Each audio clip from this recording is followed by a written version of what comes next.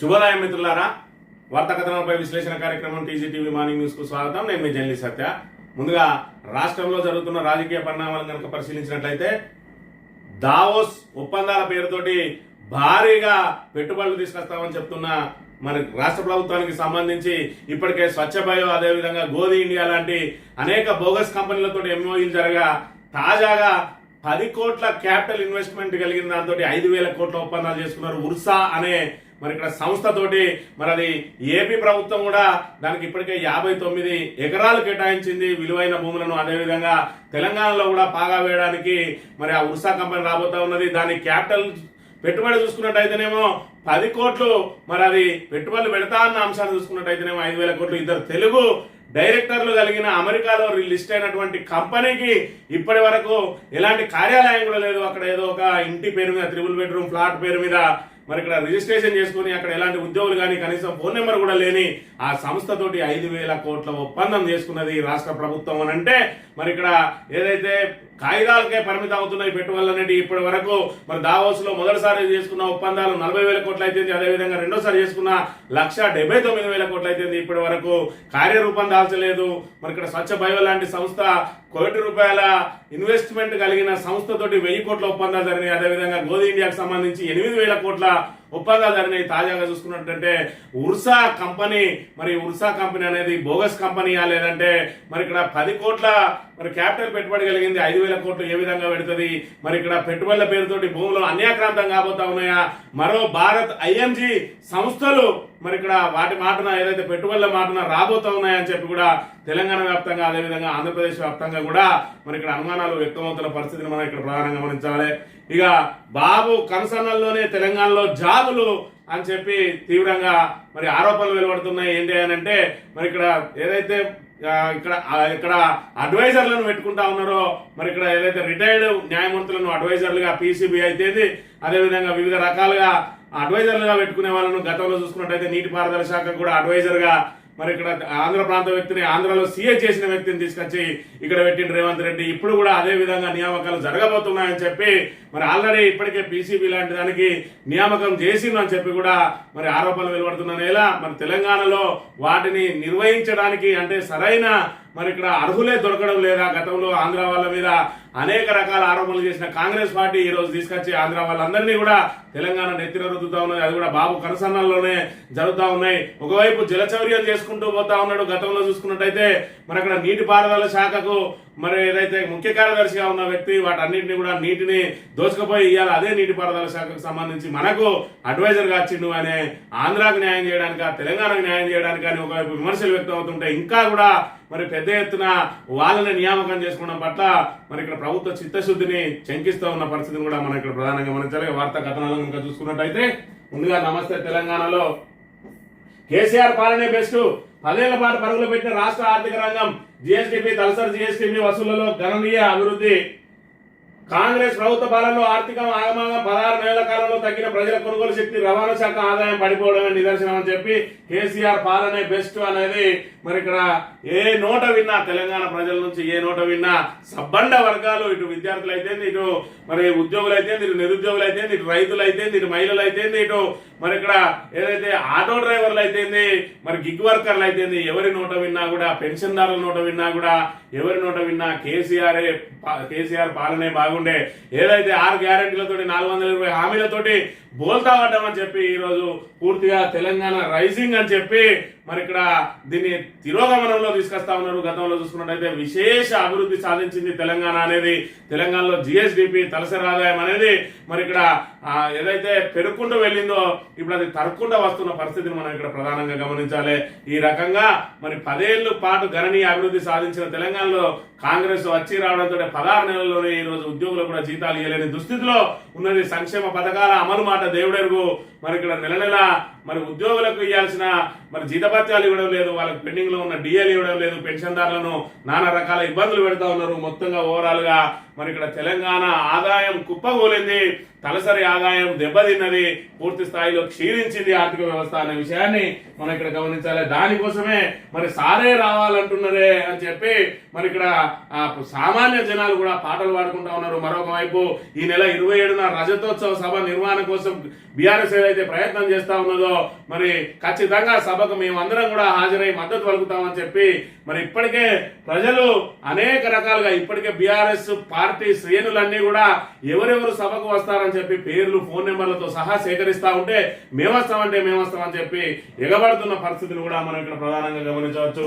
ఇక రజతోత్సవ సభకు జోరుగా ఏర్పాట్లు, ముస్తాబవుతున్న ఎలకతుర్తి ప్రాంగణం, అన్ని రూట్లలో పార్కింగ్ పనులు పూర్తి, రేపు మహాసభ ప్రాంగణానికి కేటీఆర్ అని చెప్పి మరి ఇక్కడ ఖచ్చితంగా కూడా తెలంగాణను కాపాడుకునేది తెలంగాణ కోసమే పుట్టిన బీఆర్ఎస్ పార్టీ మరి ఇక్కడ ఖచ్చితంగా మరి ఏదైతే తెలంగాణకు పెద్ద దిక్కుగా ఉండాలన్నా, తెలంగాణ మరి హక్కులను కాపాడాలన్నా, తెలంగాణ నిధులను మరి కాపాడుకోవాలన్నా, నిధులు నీళ్లు నియామకాల కోసం ఏదైతే మనం తెలంగాణ రాష్ట్రం కోసం పోరాడి సాధించుకున్నామో దాన్ని బంగారు తెలంగాణ మరి ఏదైతే బంగారు తెలంగాణ మార్చుకునే కార్యక్రమంలో భాగంగా 10 సంవత్సరాలు కేసీఆర్ కు మరి అవకాశం ఇస్తే కేసీఆర్ మరి ఇక్కడ 10 సంవత్సరాల పాటు తెలంగాణను ఏ విధంగా తీర్చిదిద్దిండ్రు, ఇన్ఫ్రాస్ట్రక్చర్ అయితేంది, అదేవిధంగా మరి కాళేశ్వరం లాంటి బృహత్తరమైన ప్రాజెక్టు కానీ, మిషన్ కాకతీయ కానీ, మిషన్ భగీరథ కానీ ఒక్కొక్క పథకం భారతదేశంలో ఉన్నటువంటి ఏదైతే కేంద్రంలో ఉన్నటువంటి ప్రభుత్వాలు కూడా అనుసరించాల్సిన పరిస్థితి ఏర్పడ్డది. రైతుల సంక్షేమం కోసం ఏర్పాటు చేసిన రైతు బంధును మరి ఇక్కడ పిఎం కిసాన్ కింద మరి అక్కడ ఏదైతే ప్రధాని మోడీ అనుసరించిండు, అదేవిధంగా మిషన్ భగీరథను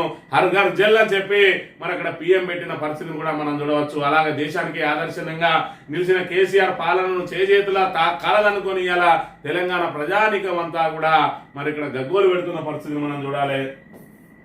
ఇక పెట్టుబడుల విషయానికి వస్తే మేము మొదటిసారి వెళ్ళినప్పుడే 40,000 కోట్ల పెట్టుబడులు తెచ్చినాం దావోస్కి వెళ్ళి, అదేవిధంగా రెండోసారి వెళ్ళి 1,79,000 కోట్ల రూపాయలు తీసుకొచ్చినామని చెప్పి మరి గప్పాలు కొడుతున్న కాంగ్రెస్ ప్రభుత్వం ఊరు పేరు లేని కంపెనీలన్నింటితోటి కూడా ఎంఓఏలను మరి ఇక్కడ పూర్తి చేసుకున్నానని చెప్పి ఇక్కడ వార్త ప్రచురించింది. ఊరు పేరు లేని కంపెనీలతో 5,000 కోట్ల ఎంఓయు దావోస్ లో ఒప్పందం కూర్చుకున్న కాంగ్రెస్ ప్రభుత్వం మొన్న స్వచ్ఛమయో, నిన్న గోడి ఇండియా, నేడు ఊరు పేరు లేని ఊర్సా 3 నెలల వయసున్న కంపెనీ పెట్టుబడుల దోపుచ్చులాట 10 కోట్ల షేర్ క్యాపిటల్ 5,000 కోట్ల ఇన్వెస్ట్ పెడతామంటున్నారు. ఉనికే లేని కంపెనీతో 2 రాష్ట్రాలు అగ్రిమెంట్ చేసుకోవడంలో మొదలైంది. అంటే గురువు శిష్యులు ఇద్దరు కూడా అక్కడ 5,800 కోట్ల పెట్టుబడి పెడతా అని, ఇక్కడ 5,000 కోట్ల పెట్టుబడి పెడతా అని చెప్పి ఊదరగొట్టిరు. వాళ్ళ షేర్ క్యాపిటల్ ఎంత అంటే 10 కోట్ల రూపాయలు. మరి 10 కోట్ల రూపాయలు షేర్ కోట్ కలిగింది, 10,800 కోట్ల పెట్టుబడి పెడతా అంటే ఏ విధంగా నమ్మిండ్రు? మరి ఇక్కడ అమెరికాలో రిజిస్టర్ అయింది సంస్థ, వాళ్ళ రిజిస్టర్డ్ కార్యాలయాన్ని చూసుకున్నట్టయితే అమెరికాలో ఒక 3 బెడ్రూమ్ ఫ్లాట్ అడ్రస్ గా పెట్టి దీన్ని ఉర్సా కంపెనీని ఇక్కడ రిజిస్టర్ చేసుకున్నారు. ఉర్సా క్లస్టర్స్ లిమిటెడ్ కంపెనీ పేరుతోటి. మరి చూసుకున్నట్టయితే ఇద్దరు డైరెక్టర్ ఉన్నారు, వాళ్ళిద్దరు కూడా తెలుగు వాళ్ళే. మరి దీని వెనుక ఉన్న మతలబ్ ఏంటంటే ఇవాళ ఏదైతే పెట్టుబడులు పెడతామని చెప్పి వస్తున్న కంపెనీలకు మరి పెద్ద ఎత్తున భూముల కేటాయింపులు, భూ కేటాయింపులు జరుగుతూ ఉన్నాయి. మరి అక్కడ చూసుకున్నట్టయితే మరి అక్కడ చంద్రబాబు నాయుడు ఇప్పటికే 59 ఎకరాలను ఆల్రెడీ మరి ఆ ఉర్సా కంపెనీ కేటాయించిందని చెప్పి ఆంధ్రాలో పెద్ద ఎత్తున దుమారం రేగుతా ఉన్నది. ఊరు పేరు లేని కంపెనీకి ఏ విధంగా భూములు కేటాయించిండ్రు, ఈ భూములు అన్యాక్రాంతం కాబోతా ఉన్నాయి విలువైన భూములని. తెలంగాణలో చూసుకున్నట్టయితే అది కూడా అదే పరిస్థితి. 5,000 కోట్ల పెట్టుబడి పెడతా అంటే నమ్మి మరి ఇక్కడ వాళ్ళకి సంబంధించిన అంటే వాళ్ళ బ్యాక్గ్రౌండ్ ఏందన్నది కనీసం క్రాస్ చెక్ చేసుకోకుండా 3 నెలల కింద పెట్టిన కంపెనీకి మరి 5,000 కోట్లతో ఒప్పందం చేసుకున్నది. మరి గతంలో చూసుకున్నట్టయితే స్వచ్ఛ బయో ₹1 కోటి పెట్టుబడి కలిగిన దాన్ని 1000 కోట్లకు మరి ఇక్కడ చేసుకున్నాం. అదేవిధంగా గోడి ఇండియా అది అంతా కొడితే 7-8 కోట్ల పెట్టుబడి లేని దాన్ని తీసుకొని కూడా వీళ్ళు 8,000 కోట్లతోటి ఒప్పందాలు చేసుకున్నారు. ఈ రకంగా మన 40,000 కోట్లు అయితే 1,79,000 కోట్లు అయితే ఈ రకంగా ఇలాంటి బోగస్ కంపెనీలతోటి మరి ఊరు పేరు లేని కంపెనీలతోటి ఒప్పందాలు చేసుకొని గొప్పలు చెప్పుకుంటూ ఇంకా బీఆర్ఎస్ ను అవమానపరిచే విధంగా మీరు మీ కడుపు మంట ఉన్నది ఈనో దాగుండి అన్నారు. ఇప్పుడు ఎవడు ఈనో దాగాలనో మరి ఇక్కడ కాంగ్రెస్ నాయకులు ఒకసారి ఆలోచన చేసుకోవాలి. ఇలా దావోస్ వేదికగా రాష్ట్ర ప్రభుత్వం చేస్తున్న ఒప్పందాల బండారం బట్టబయలవుతున్నది. పెట్టుబడుల పేరిట కాంగ్రెస్ సర్కార్ బోగస్ ఒప్పందాలు చేసుకున్నదంటూ విమర్శలు వెలువెత్తున్న నేపథ్యంలో వాటికి బలం చేకూర్చేలా మరో అనుమానాస్పద కంపెనీ వ్యవహారం తాజాగా వెలుగులోకి వచ్చింది. గత జనవరిలో జరిగిన ప్రపంచ వాణిజ్య సదస్సు సందర్భంగా ప్రభుత్వం ఎంఓయూ కుదుర్చుకున్న ఉర్సా క్లస్టర్స్ ఉత్త బోగస్ కంపెనీ అనే ఆరోపణలు వినిపిస్తున్నాయి. రాష్ట్ర ప్రభుత్వంతో ఒప్పందానికి 3 నెలల ముందే సదరు ఉర్సా కంపెనీ పురుడు పోసుకోవడం, అమెరికాలో రిజిస్టర్ అయిన సంస్థలో ఇద్దరు తెలుగు వ్యక్తులు డైరెక్టర్లుగా ఉండడం, అటు ఏపీలోని చంద్రబాబు ప్రభుత్వం, ఇటు తెలంగాణలోని రేవంత్ సర్కార్ రెండు ఊరు పేరులైన ఉర్సా కంపెనీతో వేల కోట్ల ఒప్పందాలు కుదుర్చుకోవడం సందేహాలకు తావిస్తా ఉన్నది. కేవలం 10 కోట్ల షేర్ క్యాపిటల్ గా ఉన్న సంస్థ 10,800 కోట్ల రూపాయల పెట్టుబడులు పెడుతుందని చెప్పి ఎట్లా నమ్మిండు? వాళ్ళకు భూ బదలాయింపులు ఏ విధంగా చేస్తా ఉన్నారు?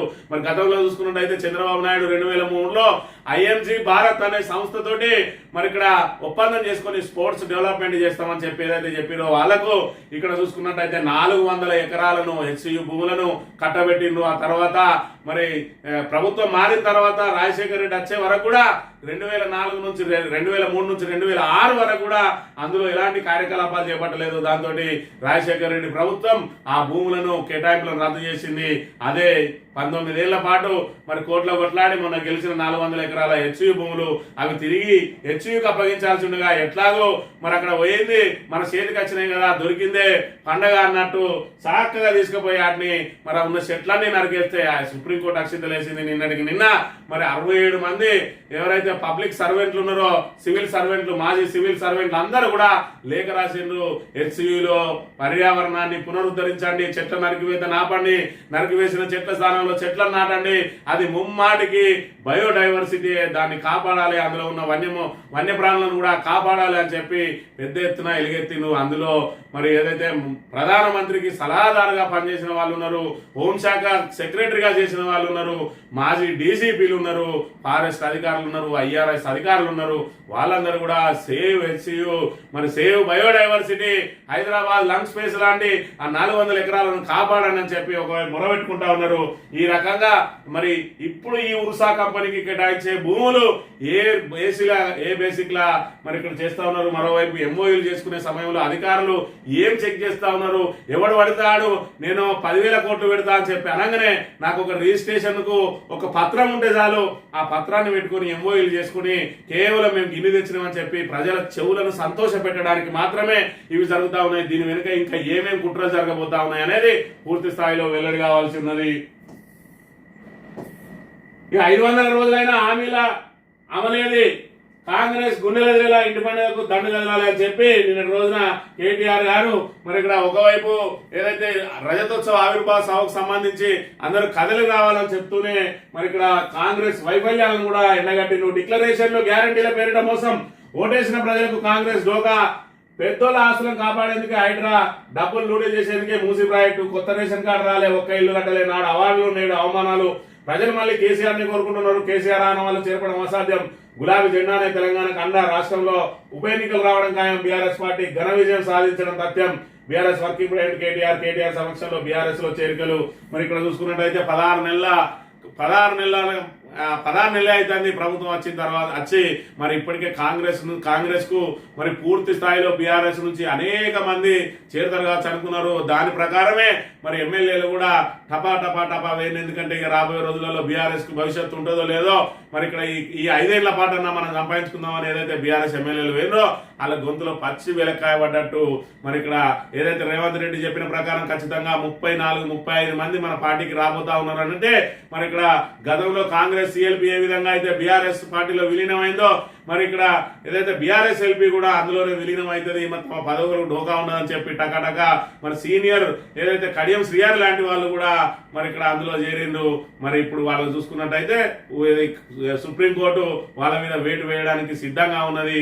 మరి ఇక్కడ గవర్నర్లను రాష్ట్రపతిని విడిచిపెట్టలేదు, ఇంకా స్పీకర్ ఒక లెక్క అన్నట్టుగా ఇప్పుడు వాళ్ళే గడగడలాడుతా ఉన్నారు. మరోవైపు ఖచ్చితంగా ఉప ఎన్నికలు వచ్చే అవకాశం ఉండడంతో మరోవైపు ఇప్పటికే తీవ్రంగా ప్రభుత్వం మీద పెద్ద ఎత్తున వ్యతిరేకత రావడం, ప్రభుత్వం ఆర్థిక మాంద్యంలో చిక్కుకున్నది, ఆర్థిక సంక్షేమంలో చిక్కుకున్నది, రాష్ట్రానికి జీతాలు ఇవ్వలేని పరిస్థితిలో ఉందని చెప్పి రేవంత్ రెడ్డి చేతులెత్తేసిండు. తన అసమర్థతను, తన పాలనా వైఫల్యాలను ప్రజల ముందు ఉంచిండు. మరోవైపు పెట్టుబడుల పేరుతోటి ఈ రకంగా చెవులను సంతోషపెట్టే పెట్టుబడులు తీసుకొస్తున్నాడు తప్ప ఇప్పటి వరకు మరి ఎలాంటి కొత్త సంస్థలు వచ్చింది లేదు. మరి హెచ్సియు లాంటి ఏదైతే బయోడైవర్సిటీని నాశనం చేస్తున్నారని చెప్పి సుప్రీంకోర్టు అక్షింతలు వేసింది. ఈ రకంగా ప్రతి దాంట్లో కూడా ఇబ్బందులు పడుతూ ఉన్నాడు. అదేవిధంగా ఫార్మా కంపెనీలను ఏదైతే మరి అక్కడ కొడంగల్కు తీసుకుపోతా అని చెప్పి అక్కడ తన సొంత నియోజకవర్గ ప్రజల నుంచే చీత్కారం ఎదుర్కొన్నాడు. అక్కడ గిరిజన రైతులు ఢిల్లీ వరకు వెళ్ళి తమ భూములను కాపాడుకున్నారు. ఆఖరికి దానిలో మరి ఐటీ పార్క్ పెడతా అన్నా, ఇండస్ట్రియల్ పార్క్ పెడతా అన్నా కూడా మరి అక్కడి నుంచి హైకోర్టు స్టే విధించింది. ఈ రకంగా ప్రతి దాంట్లో కూడా ఫెయిల్యూర్స్ కొట్టచ్చినట్టు కనబడతా ఉన్నాయి. మరోవైపు ప్రజలందరూ కూడా కాంగ్రెస్ కు ఓటేసి మోసపోయినామని చెప్పి ఇప్పటికే నానా ఇబ్బందులు పడుతున్న పరిస్థితిని కూడా మనం గమనించాలి. ఇక కొన్నది 5 లక్షల టన్నులే నిలదాటిన ముందుకు సాగని వడ్ల కొనుగోలు ఇప్పటికీ సెంటర్లకు పరికరాలు ఇవ్వలే. ఇలాగైతే ధాన్యం కొనుగోలు సాగేట్లా 2 రోజుల క్రితమే గన్ని సంచులకు టెండర్లు, కాంటాలు, వెయింగ్ మిషన్లు, ప్యాడీ గిన్నెల కొనుగోలుకి ఇంకా టెండర్లు ఇవ్వలేదు. మరి ఇక్కడ 1,35,00,000 మెట్రిక్ టన్నులు వస్తుందని అన్నారు, లక్షల టన్నులు వస్తుంది అన్నారు. మరి ఇక్కడ చూసుకున్నట్టయితే కేవలం మరి ఇప్పటి వరకు 5 లక్షలు కొన్నారు, నెల దాటింది. మరి ఇక్కడ రైతులు ఇప్పటికే వడగళ్ల వానలతోటి ధాన్యం తడిసి ముద్దయి రోదనలు మిన్నండుతా ఉన్నాయి. మరోవైపు 500 బోనస్ మాట దేవుడెరుగు, కనీసం మాకు మద్దతు ధరను వస్తుందా అని చూస్తున్నారు. ఒకవైపు దళారులు ఇప్పటికే దోసుకుంటా ఉన్నారు. మరి రైతులు తీసుకొచ్చి అక్కడ పడిగాపులు గాయలేక దళారులకు తెగనమ్ముకుంటున్న దుస్థితి ఉన్నది. మరోవైపు కూడా మరి 70 లక్షల టన్నులే కొనుగోలు చేయాలనుకుంటే ఇంకా 65 లక్షల టన్నులు మరి ఎవరు కొనుగోలు చేస్తారనే విషయాన్ని కూడా మనం ఇక్కడ గమనించాలి. ఇక మరో రైతు ఆత్మహత్య, దిగుబడి రాక అప్పుల భారంతో మనస్తత్వం. మంచిర్యాల జిల్లా పౌనూరులో విషాదం. 478 మంది ఇప్పటి వరకు ఆత్మహత్యలు చేసుకున్నారు కాంగ్రెస్ ప్రభుత్వం ఏర్పడ్డప్పటి నుంచి. అయినప్పటికీ కూడా రైతుల ఆత్మహత్యల మీద కానీ వాళ్ళకు పరిహారం చెల్లించడం విషయంలో కానీ ప్రభుత్వం మొద్దు నిద్రపోతున్న అంశాన్ని కూడా మనం ఇక్కడ గమనించాలి. ఏదేమన్నా రాచరికమా? అమెరికాలో ఎప్పుడూ రాజులు లేరు. ట్రంప్ కు వ్యతిరేకంగా మళ్లీ నిరసనలు. 50,501 పేరిట దేశవ్యాప్తంగా ఆందోళనలు. అధ్యక్షుడు ట్రంప్ గద్దె దిగాలని డిమాండ్. ఎలాంటి భయం లేదు, వలసదారులకు స్వాగతం అంటూ పెద్ద ఎత్తున నినాదాలని చెప్పి మరి ఇక్కడ ట్రంప్ చేపడుతున్న అస్తవ్యస్త నిర్ణయాలతోటి ఆర్థిక వ్యవస్థ కుప్పగొలుతా ఉన్నది. మరోవైపు పొరుగు దేశాలతోటి ఆయన ఏదైతే సుంకాల యుద్ధం చేస్తా ఉన్నాడో దాన్ని అమెరికా పౌరులు తీవ్రంగా వ్యతిరేకిస్తా ఉన్నారు. మరోవైపు వలసదారులు అని చెప్పి మరి అందరినీ భయభ్రాంతులకు గురి చేస్తూ ఈ రోజు అమెరికాను అతలాకుతలం చేస్తా ఉన్నాడు, రాజులాగా వ్యవహరిస్తా ఉన్నాడు. నీ రాచరికానికి చెక్కు పెట్టాలి, ట్రంప్ ను గద్దెదించాలని చెప్పి పెద్ద ఎత్తున నిరసనలు వస్తున్న పరిస్థితిని కూడా మనం ఇక్కడ ప్రధానంగా గమనించాలి. ఇక రిటైర్మెంట్ బెనిఫిట్స్ ఎప్పుడు ఇస్తారు? పెన్షనర్ల సమస్యలు సర్కారు పట్టవా? 5 DAలు బాకీ ఇవ్వండి ప్రభుత్వం. ఏప్రిల్ 1న ఇస్తానన్న 500 కోట్లు 20 దాటినా ఎందుకు ఇవ్వలేదు? మా డబ్బులు మాకు ఇవ్వని దౌర్భాగ్యం ఏంది? ప్రభుత్వంపై పెన్షనర్స్ చేసి ఆగ్రహం. స్థానిక ఎన్నికల్లో తడాక చూపుతాం. మే 8 నుంచి కార్యాచరణ అంటున్న జేఏసీ. మరి ఇక్కడ రిటైర్మెంట్ బెనిఫిట్లు ఎప్పుడు ఇస్తారో చెప్పి రిటైర్మెంట్ అవుతున్న ప్రతి ప్రభుత్వ అధికారి నానా ఇబ్బందులు పడుతున్నారు. ప్రభుత్వ ఉద్యోగి ప్రతి ఒక్కరు కూడా ఇబ్బందులు పడుతున్నారు. వాళ్ళకు బాండ్ల పేరుతోటి 5 ఏళ్ళు 6 ఏళ్ళ టైం పెట్టి బాండ్లు ఇస్తా ఉన్నారు. ఇప్పుడు ఏదైతే ప్రస్తుతం ఆర్థిక భారం నుంచి తప్పించుకునే ప్రయత్నం చేస్తా ఉన్నారు. కోర్టులకు పోయిన వాళ్లకు కోర్టు ఆదేశాలకు మాత్రమే మరి ఇక్కడ బెనిఫిట్ చెల్లిస్తా ఉన్నారు. మరోవైపు జేఏసీ అంతా కూడా మా తడాగా చూపిస్తాం, ఖచ్చితంగా మీ స్థానిక సంస్థల ఎన్నికల్లో మిమ్మల్ని ఓడించి చూపిస్తామని చెప్తా ఉన్నారు. గతంలో చూసుకున్నట్టయితే వీళ్ళ ఆందోళనకు తలకి ఏప్రిల్ 1న మరి 500 కోట్లు రిలీజ్ చేస్తాం, దశల వారీగా రిలీజ్ చేస్తామని బట్టి విక్రమార్క హామీ ఇచ్చిండు. మరి 20 రోజులు దాటిన హామీ మాత్రం నెరవేరలేదనే విషయాన్ని ఇక్కడ వాళ్ళు చెప్తున్నారు. ఇక కాంట్రాక్ట్ టీచర్లకు వేతనాలు లేవు. 2008 డిఎస్సి టీచర్లకు వింత పరిస్థితి. 2 నెలల జీతాలు ఇవ్వని విద్యాశాఖ 23తో ముగియనున్న కాంట్రాక్ట్ గడువు అని చెప్పి మరి ఇక్కడ 2 నెలల జీతాలు ఇప్పటి వరకు ఇవ్వలేదట. మరి కాంట్రాక్టర్ వేతనాలు, టీచర్లకు వేతనాలు లేవు అని చెప్పి ఎవరికి ఉన్నాయని వేతనాలు మరి ఇక్కడ ప్రభుత్వ ఉద్యోగులకే జీతాలు ఇవ్వలేని దుస్థితి ఉన్నదని చెప్పి మరి వాళ్ళే చెప్పుకుంటున్న పరిస్థితిని కూడా మనం గమనించాలి. ఇక ఆర్టీసీ అపాయింటెడ్ డే అమలు ఎప్పుడు? కార్మికులను నమ్మించి గొంతుకోసిన కాంగ్రెస్ సర్కార్ మొండి వైఖరిపై కార్మిక సంఘాల ఆగ్రహం. ఏ వర్గం ఇప్పుడు ప్రభుత్వం మీద ఆగ్రహంగా లేదో చెప్పాలి. విద్యార్థులు ఆగ్రహంగానే ఉన్నారు. గురుకులాల్లో నిత్యం మరి ఇక్కడ ఫుడ్ పాయిజన్లు జరుగుతూ ఉన్నాయి. ఉద్యోగులు ఇబ్బందులనే ఉన్నారు, నిరుద్యోగులు ఇబ్బందులనే ఉన్నారు. గ్రూప్ 1 లాంటి పరీక్షల్లో ఉన్న మరి పరీక్ష నిర్వహిస్తే అర్హులకు ఉద్యోగాలు రాకుండా ఆల్రెడీ దొడ్డిదారును అమ్ముకుంటూ ఉన్నారని చెప్పి పెద్ద ఎత్తున ఆరోపణలు వెలువడతా ఉన్నాయి. ఆటో డ్రైవర్లు ఆత్మహత్యలకు పాల్పడతా ఉన్నారు, రైతులు ఆత్మహత్యలకు పాల్పడతా ఉన్నారు. ఈ రకంగా మరి ఆర్టీసీ అపాయింటెడ్ డే, మీరు రాగానే అపాయింటెడ్ డే ఇస్తాం, మిమ్మల్ని అందరినీ కూడా ప్రభుత్వంలో విలీనం చేస్తామని మరి మేనిఫెస్టోలో పెట్టారు. ఇప్పటి వరకు అతిగతి లేదు. మరి వాళ్ళు కూడా ఆల్రెడీ సమ్మెకు నోటీస్ ఇచ్చిన అంశం కూడా మనం గమనించవచ్చు. ఇక ఇక్కడ చూసుకున్నట్టయితే బాబు కనసన్నలలోనే జాబులు అని మరి ఇక్కడ తెలంగాణ సంస్థలకు ఏపీ చైర్మన్లట. పోలీస్ కంప్లైంట్స్ అథారిటీ చైర్మన్ స్వస్థలం Amalapuram, PCB appellate authority chairman Ramachandrapuram అని చెప్పి మరి ఇక్కడ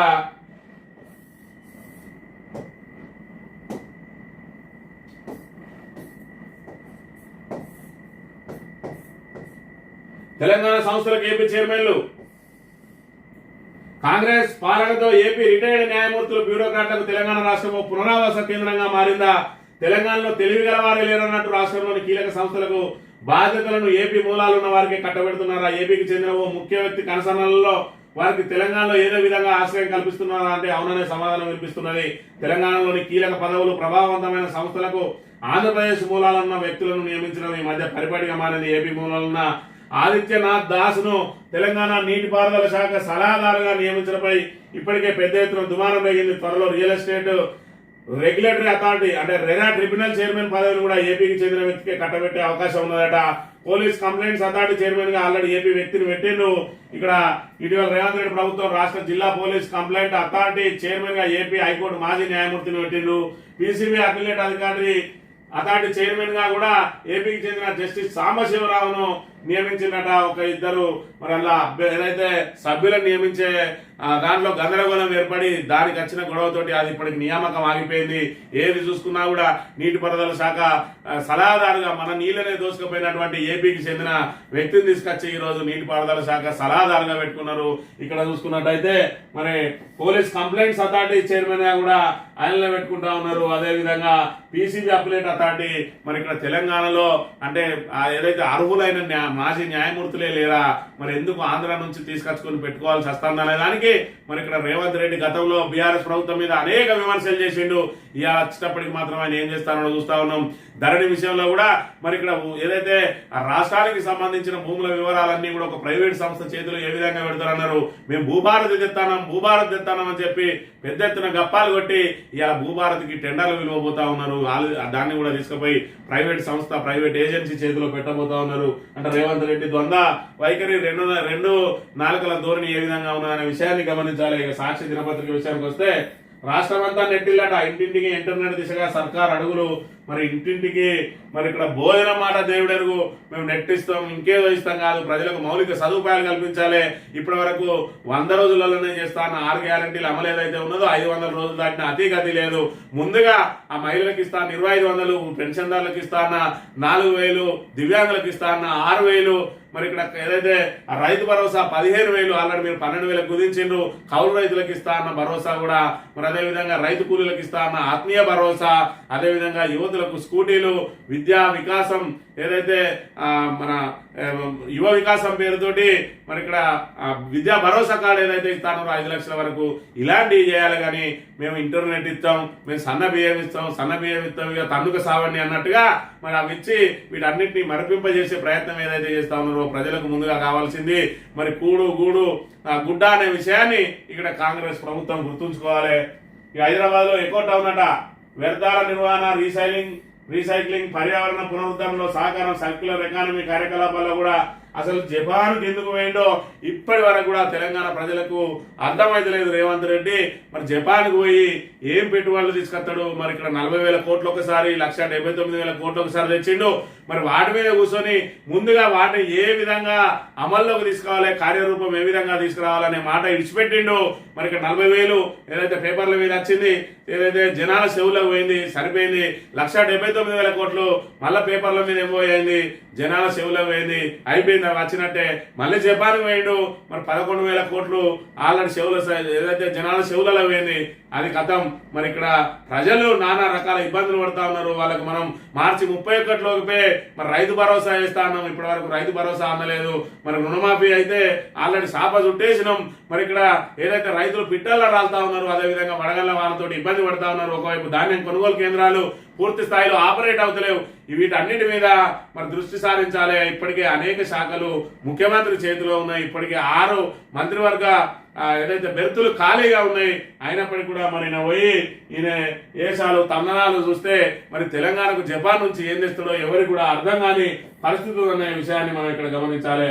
కేసీఆర్ మళ్ళీ సీఎం కావడం మరి ఇక్కడ చారిత్రక అవసరం అంట. ఖచ్చితంగా మరి తెలంగాణ ప్రజలకు ఈ రోజు సీఎం కేసీఆర్ గా మళ్ళీ రావాల్సిన అవసరం ఉన్నది. తెలంగాణను మళ్ళీ నిలబెట్టాల్సిన అవసరం ఉన్నది. తిరోగమనంలో ఉన్న తెలంగాణను మళ్ళీ గాడిలో పడేయాల్సిన అవసరం కూడా ఉన్నది. ఇక మావోయిస్టుల విషయానికి వస్తే మావోయిస్టుల లొంగుబాట, పెరిగిన నిర్బంధంతో ఉక్కిరిబిక్కిరి, కేడర్ను కాపాడుకోవడానికి లొంగుబాటు వ్యూహం, సరెండర్ అవ్వాలని కేడర్ను సూచిస్తున్న అగ్రనేతలు భారీ ఎత్తున లొంగిపోతున్న కింది స్థాయి కేడర్ అట. ఇప్పటికే మరి వివిధ వరుసగా చోటు చేసుకున్నటువంటి ఎన్కౌంటర్లతోటి సుమారు 400 మంది మృత్యువాత పడ్డారు. మరి మొన్నటికి మొన్న భద్రాచలం దగ్గర ఒకటే రోజు 86 మంది మావోయిస్టులు లొంగుబాట పట్టిండ్రు. మరి క్యాడర్ను కాపాడుకోవడానికి అగ్రనేతలు చెప్తా ఉన్నారట, మీరు అందరూ కూడా లొంగిపోండి అంటే ఇక మనం ఏదైతే ఈ అడవులలో ఉండి అజ్ఞాతవాసంతో పోరాటాన్ని నిలిపివేద్దామన్నట్టుగా ఉన్నది. ఇప్పటికే శాంతి చర్చల కోసం మరి వీళ్ళు ఏదైతే చేయి చాపిందో మావోయిస్టు దానికి నిరాకరించింది కేంద్ర ప్రభుత్వం. ఖచ్చితంగా లొంగుబాట్లే శరణ్యం అని చెప్పి ఏదైతే మరి షరతు విధించిందో దాని ప్రకారమే లొంగుబాట్లకు మరి ప్రయత్నాలు చేస్తా ఉన్నారు మావోయిస్టు అగ్రనేతలు అనే విషయాన్ని గమనించాలి. ఈ ఆంధ్రజ్యోతి విషయానికి వస్తే క్యాన్సర్ పరీక్షలు ఫ్రీ అట, 18 ఏళ్ళు దాటిన వాళ్ళందరికీ మరి ఇక్కడ క్యాన్సర్ పరీక్షలు చేయబోతా ఉన్నాం అని చెప్తున్న పరిస్థితి. ఇక యూత్ అంకుల్స్, యంగ్ ఆంటీస్ పెరుగుతున్న ఆయుర్దాయంతో నడివయసు భావన ఆలస్యం. ఒకప్పుడు 20 ఏళ్ళ లోపే పెళ్లిళ్ళు, 40 ఏళ్ళకే మధ్య వయసు భావన. మనకు స్వతంత్రం వచ్చే నాటికి సగటు జీవితకాలం 32 ఏళ్ళు, 21 నాటికి 67.2 ఏళ్ళు, 2050 నాటికి 76 సంవత్సరాలు. జీవితం మొదలయ్యేదే 4-10 అంటున్న నేటితనం. 50 సంవత్సరాలు వచ్చిన అందం, ఫిట్నెస్ పై తరగని శ్రద్ధ అని చెప్పి మరి గతంలో చూసుకున్నట్టయితే మరి ఇక్కడ బాల్య వివాహాలు జరిగాయి. ఆ బాల్య వివాహాలను అరికట్టడానికి ప్రభుత్వమే ఒక ఏజ్ను నిర్ధారించింది. మగవాళ్ళు అయితే 21 సంవత్సరాలు, ఆడవాళ్ళు అయితే 18 సంవత్సరాలు.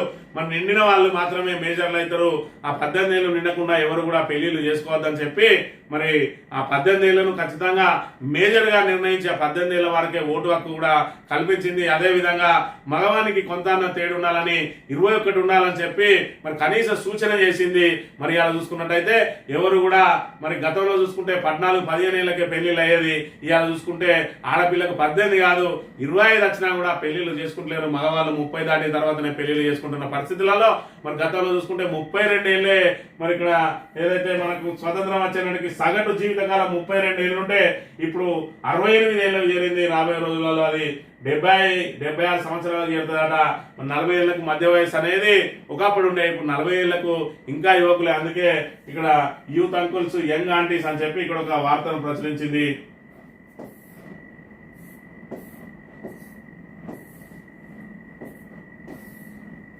ఎండల మంట, వానల తంట. రాష్ట్రంలో ఆదివారం కొనసాగిన విచిత్ర వాతావరణం. ఆదిలాబాద్ సహా పలు జిల్లాల్లో మండిన సూర్యుడు. ఉమ్మడి మహబూబ్నగర్లో రైతులను దెబ్బతీసిన అకాల వర్షం. పలు చోట్ల తడిసిన మొక్కజొన్న, ధాన్యం నేలకొరిగిన పంటలు. వనపర్తి జిల్లాలో పిడుగుపాటుకు 25 గొర్రెల మృత్యువాత అని చెప్పి ఒక దిక్కేమో ఎండలు మండిపోతా ఉంటే మరోవైపు వడగళ్ల వానలతోటి రైతులు నట్టేట మునుగుతా ఉన్నారు. ఆరుగాలం శ్రమించిన రైతు పంట చేతికొచ్చే సమయంలో ఈ ప్రకృతి బీభత్సంతో నానా ఇబ్బందులు పడతా ఉన్నారు. ఇప్పటికే రాష్ట్ర ప్రభుత్వం మరి ఇక్కడ రైతు వ్యతిరేక విధానాలతోటి మరి రైతులు నానా ఇబ్బందులు పడుతుండగా దానికి ప్రకృతి కూడా సహకరించకుండా రైతు నెత్తిన ఇబ్బందులు పెడతా ఉన్నాయి, పిడుగులు పడతా ఉన్న పరిస్థితి కూడా చూడాలి. ఈనాడు దినపత్రిక విషయానికి వస్తే హైదరాబాద్ లో ఎక్కువ టౌన్ అట. మరి ఎక్కువ టౌన్ ఎప్పుడు చేస్తాడో, హైదరాబాద్ కాలుష్యాన్ని నియంత్రించడానికి మేము కట్టుబడి ఉన్నామంటాడు. బయోడైవర్సిటీ లాంటి దాన్ని మరి అక్కడ పూర్తిగా చెట్లను తొలగించడానికి మళ్ళీ బుల్డోజర్లు పెడతాడు. మరి ఆయనే హైదరాబాద్ ను కాలుష్యం నుంచి కాపాడాలని చెప్పి మరి బయట దేశాలకు పోయి చెప్తాడు. ఇక్కడ మాత్రం ఆయన ఆచరిస్తున్న విధానం వేరే ఉన్న విషయాన్ని మనం ఇక్కడ గమనించాలి. ఇక ఎస్ఎల్బిసికి సంబంధించి 8 మంది చనిపోతే అలా 2 మృతదేహాలు మాత్రమే వచ్చినాయి. మరి ఇక్కడ డేంజర్ జోన్ సమీపంలో సహాయక చర్యలట. ఎస్ఎల్బిసి టన్నెల్లో ప్రమాదం జరిగిన ప్రాంతం వద్ద భారీగా వస్తున్న నీరు బయటికి పంపించే చర్యల్లో సిబ్బంది.